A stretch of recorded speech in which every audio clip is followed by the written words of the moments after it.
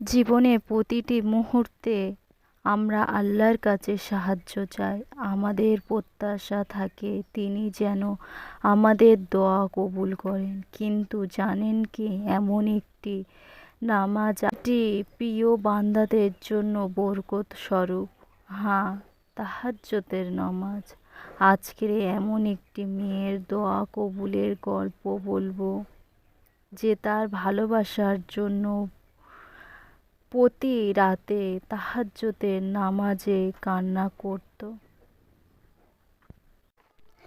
আসসালামু আলাইকুম, আমি খাদিজা।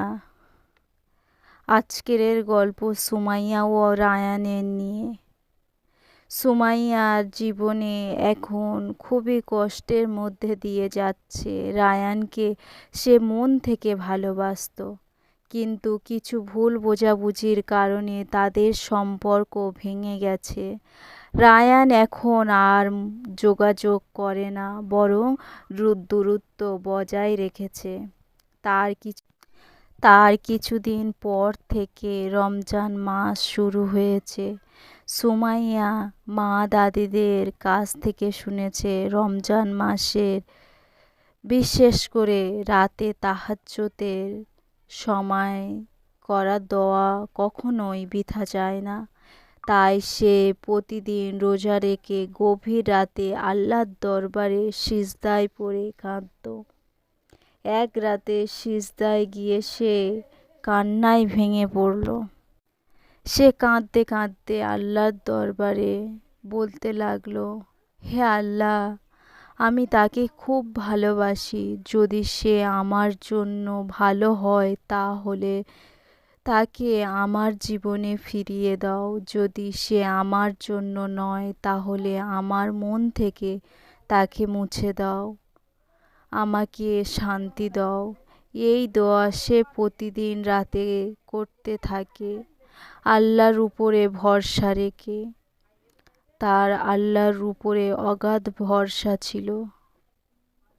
কয়েকদিন পরে রমজানের শেষ 10 দিনের একদিন হঠাৎ করে রায়ানের মেসেজ আসে সুমাইয়ার কাছে।